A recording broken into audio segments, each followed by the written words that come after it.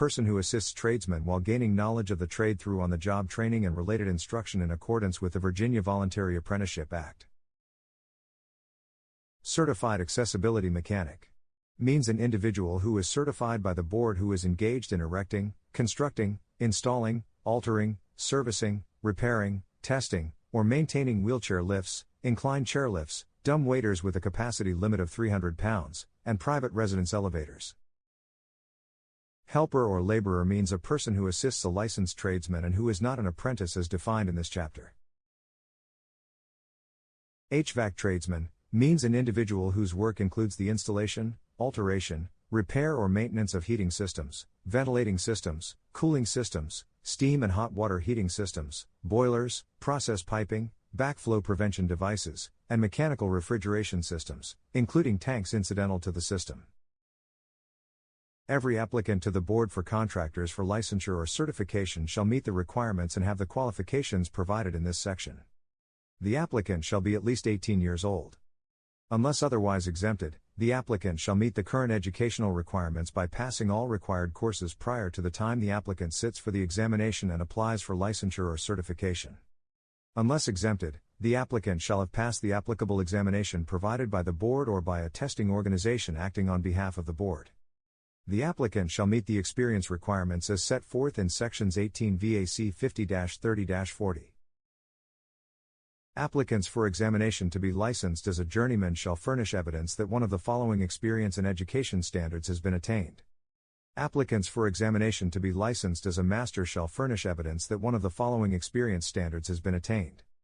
Individuals who have successfully passed the Class A contractor's trade examination prior to January 1, 1991, administered by the Virginia Board for Contractors in a certified trade shall be deemed qualified as a master in that trade in accordance with this chapter. Applicants for examination to be certified as a backflow prevention device worker shall furnish evidence that one of the following experience and education standards has been attained. An applicant for certification as an elevator mechanic shall, pursuant to Section 54.1 to 1129.1a of the Code of Virginia, an applicant for examination as a certified water well systems provider shall provide satisfactory proof to the Board of at least. An applicant for certification as an accessibility mechanic shall. An applicant for a limited use/limited application, LULA, endorsement shall. Pursuant to Section 54.1 to 1145b of the Code of Virginia, an applicant for licensure as a residential building energy analyst shall provide satisfactory proof to the Board of. Individuals applying for initial licensure as a residential building energy analyst who meet the criteria of Section 54.1 to 1145c of the Code of Virginia are not required to meet the eligibility standards for licensure found in 18 VAC 50-30-40G. An individual certified or licensed by any one of the following agencies shall not be required to fulfill the examination requirement. 1. The Department of Housing and Community Development prior to July 1, 1995. 2. Any local governing body prior to July 1, 1978. Or 3. Any Virginia locality backflow prevention device worker certification issued prior to July 1, 1998. Other methods of exemption from the journeyman examination are as follows. 1. Successful completion of an apprenticeship program which is approved by the Virginia Apprenticeship Council for exemption from examination, as evidenced by providing a certificate of completion or other official document. 2. Any tradesman who had a Class B registration in the trade prior to January 1, 1991, and has been continuously licensed as a Class B contractor.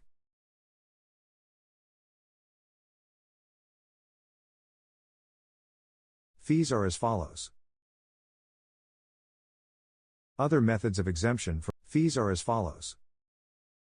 Fees for examinations. The examination fee shall consist of the administration expenses of the department resulting from the board's examination procedures and contract charges.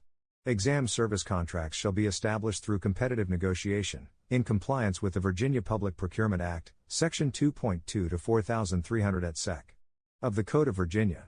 The current examination shall not exceed a cost of $100 for the journeyman's exam and $125 for the master exam for any of the trades, or $100 for the backflow prevention device worker, elevator mechanic, accessibility mechanic, or water well systems provider exams. Licenses issued under this chapter to electricians, gas fitters, HVAC tradesmen, or plumber shall expire 3 years from the last day of the month in which they were issued as indicated on the license. All other licenses and certification cards issued under this chapter shall expire 2 years from the last day of the month in which they were issued as indicated on the license or certification card. Renewal fees are as follows. All fees are non-refundable and shall not be prorated. Tradesman license renewal fees received on or before August 31, 2025, the fee shall be $100. All other renewal fees received on or before August 31, 2025, the fee shall be $70. Should the Department of Professional and Occupational Regulation fail to receive the renewal application or fees within 30 days of the expiration date, the regulant will be required to apply for reinstatement of the license or certification card. Reinstatement fees are as follows. All fees required by the board are non-refundable and shall not be prorated. Tradesman reinstatement fees received on or before August 31, 2025, the fee shall be $150. All other reinstatement fees received on or before August 31, 2025, the fee shall be $120. This fee includes the renewal fee listed in 18 VAC 5030-120. When a regulant is reinstated, the individual shall continue to have the same number and shall be assigned an expiration date 2 years from the previous expiration date. A regulant who reinstates his license or certification card shall be regarded as having been continuously licensed or certified without interruption. Therefore, the regulant shall remain under the disciplinary authority of the board during this entire period and may be held accountable for his activities during this period. Nothing in this chapter shall divest the board of its authority to discipline a regulant for a violation of the law or regulations during the period of licensure or certification. A regulant may add designations to a license by demonstrating, on a form provided by the board, acceptable evidence of experience, and examination if appropriate, in the designation sought. The experience, and successful completion of examinations, must be demonstrated by meeting the requirements found in Part 2 of this chapter. The fee for each edition is $90. All fees required by the board are non-refundable. While a regulant may have multiple trade designations on his license, the renewal date will be based upon the date the card was originally issued to the individual by the board, not the date of the most recent trade designation edition. If a regulant is seeking to delete a designation, then the individual must provide a signed statement listing the designation to be deleted. There is no fee for the deletion of a designation. If the regulant only has one trade or level designation, the deletion of that designation will result in the termination of the license. Any change of address shall be reported in writing to the board within 30 days of the change. The board shall not be responsible for the regulant's failure to receive notices or correspondence due to the regulant's failure to report a change of address. A post office address alone is not acceptable. Licensure or certification may be revoked for misrepresentation or a fraudulent application or for incompetence as demonstrated by an egregious or repeated violation of the Virginia Uniform Statewide Building Code. The board shall have the power to require remedial education and to fine, suspend, revoke or deny renewal of a license or certification card of any individual who is found to be in violation of the statutes or regulations governing the practice of licensed tradesmen, liquefied petroleum gas fitters, natural gas fitter providers, backflow prevention device workers, elevator mechanics, accessibility mechanics, or residential building energy analysts, in the Commonwealth of Virginia. Any of the following are cause for disciplinary action. 1 through 20. All continuing education providers shall electronically transmit course completion data to the board in an approved format within 7 days of the completion of each individual course. The transmittal will include each student's name, social security number or current license number, the date of successful completion of the course, and the board's course code.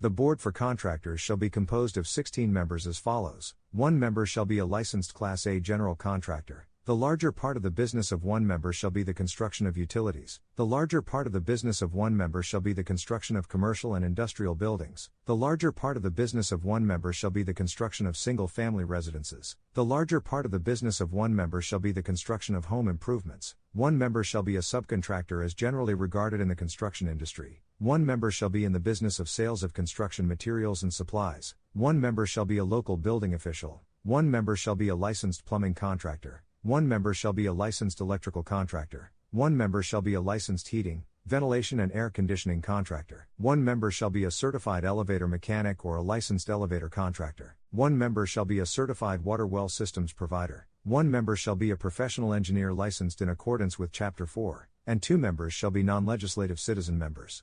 The terms of the board members shall be 4 years. The board shall meet at least once each year and at such other times as may be deemed necessary.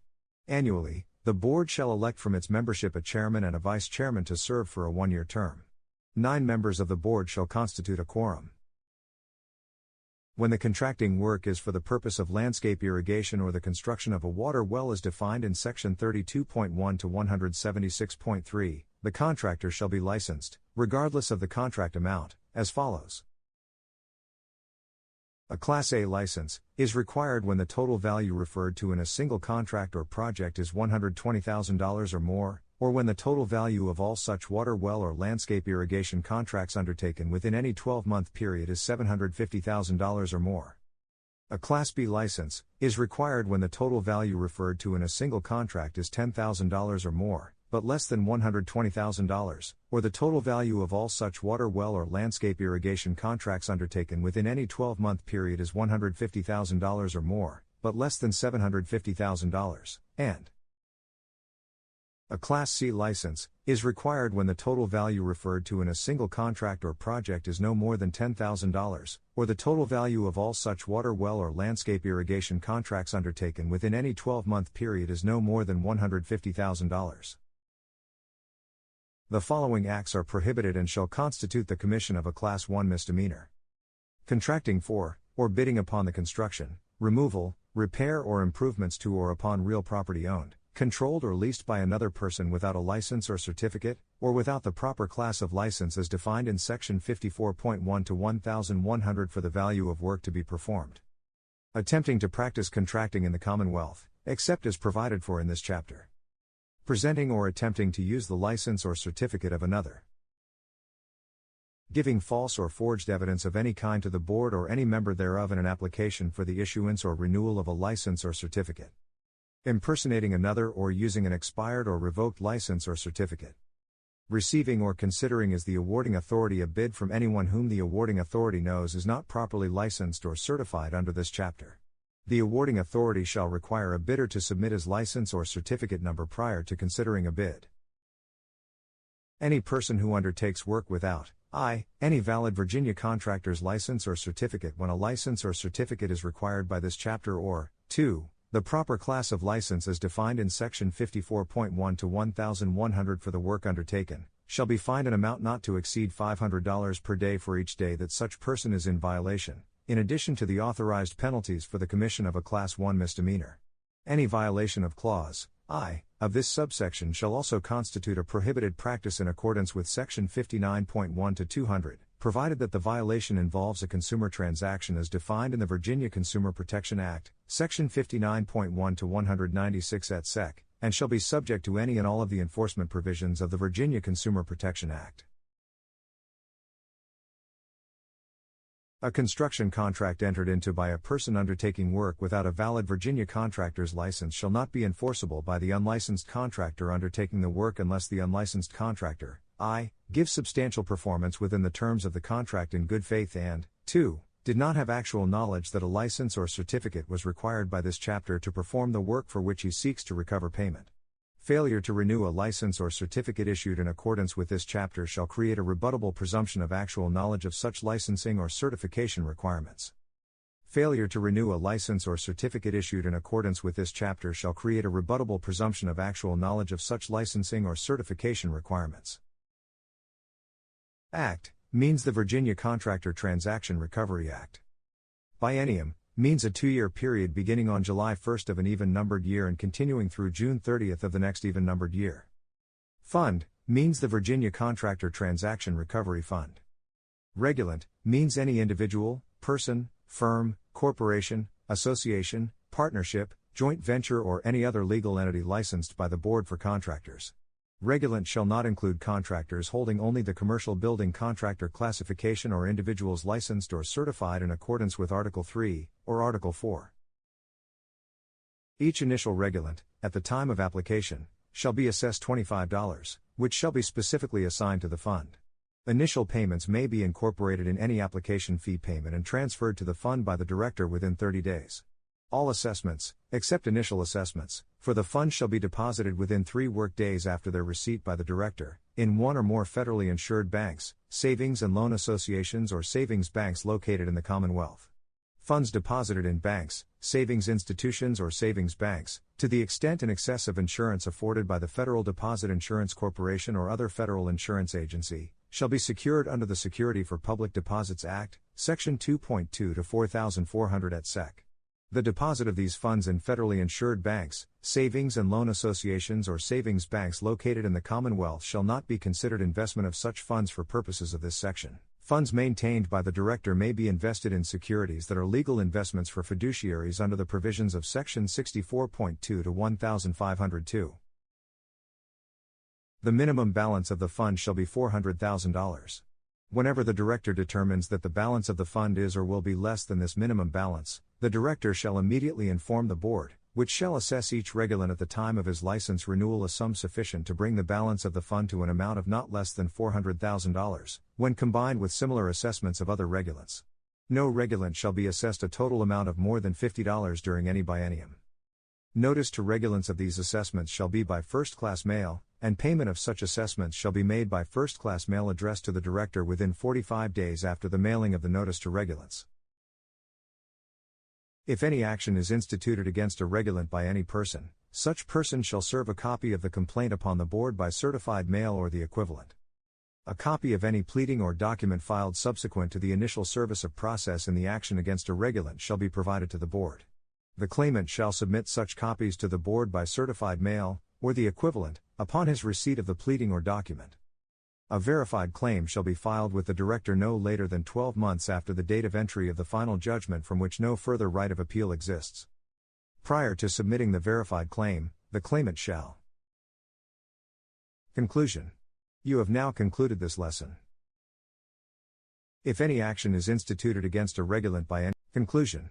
You have now concluded this lesson.